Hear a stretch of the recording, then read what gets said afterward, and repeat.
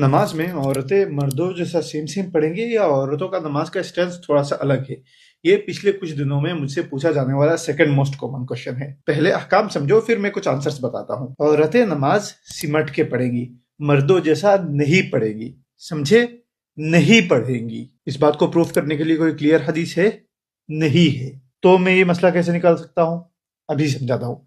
कोई भी मसले का हुक्म निकालने के लिए 4 सोर्सेज होते हैं: कुरान शरीफ, हदीस, इजमा, कियास। और सहाबियों का इजमा, ताबई का इजमा, हनफी, मालिकी, हम्बली, शाफी, सारे उलमा का इजमा, शिया, सुन्नी, देवबंदी, बरेलवी, सारे उलमा का इसी में इजमा है कि औरतें सिमट के नमाज पढ़ेंगी। अब समझो कि ऑनलाइन 1-2 हदीसों का ट्रांसलेशन पढ़ के फतवा क्यों नहीं देना चाहिए। सारे लोग 2 ही हदीस को कोट करते हैं, सल्लु कमा रअयतुमुनी उसल्ली, जैसा तुमने मुझे नमाज पढ़ते हुए देखा वैसे नमाज पढ़ो।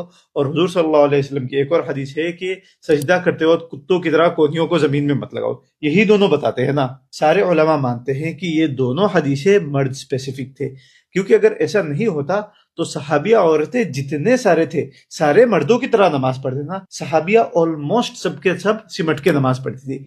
एक सहाबिया थी हजरत उम्मे दर्दा रजी अल्लाह अन्हा, वो मर्दों की तरह नमाज पढ़ती थी, इसीलिए लोगों ने कहा कि ये जो है ये मर्दों की तरह सजदा करती है। वो एक शॉक वैल्यू के ऊपर हदीस था। रही बात हुजूर सल्लल्लाहु अलैहि वसल्लम ने फरमाया जैसे मुझे नमाज पढ़ते हुए देखो वैसे ही नमाज पढ़ो, तो ऐसे तो हुजूर सल्लल्लाहु अलैहि वसल्लम ने हज के बारे में बताया था, और हज में हुजूर सल्लल्लाहु अलैहि वसल्लम ने लब्बैक अल्लाहुम्मा लब्बैक जोर से बोला।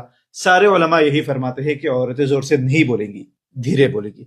हुजूर सल्लल्लाहु अलैहि वसल्लम सफा और मरवा के बीच में स्पेशल जगह में दौड़े थे, औरतें यहाँ पे नहीं दौड़ेंगी। हालांकि हजरत हाजर जिनके वजह से सफा मरवा में दौड़ना चालू हुआ वो दौड़े थे, औरतें नहीं दौड़ेंगी।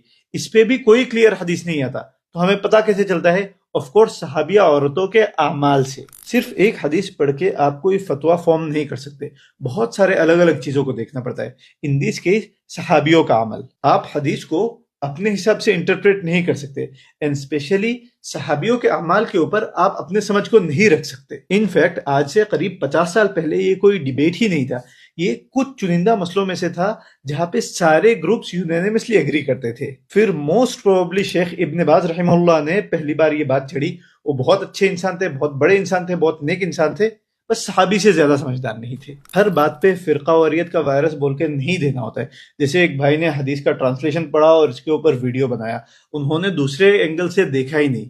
ऐसे थोड़ी ना होता है। और मैं अभी ये नहीं कह रहा हूँ कि औरतों का मर्दों जैसे नमाज पढ़ना गलत है।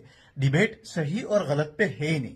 डिबेट इस पे है कि अफजल तरीका कौन सा है। लोग आके ऐसे पोर्ट्रे करते हैं कि औरतों का सिमट के नमाज पढ़ने से नमाज होगी ही नहीं, वो गलत।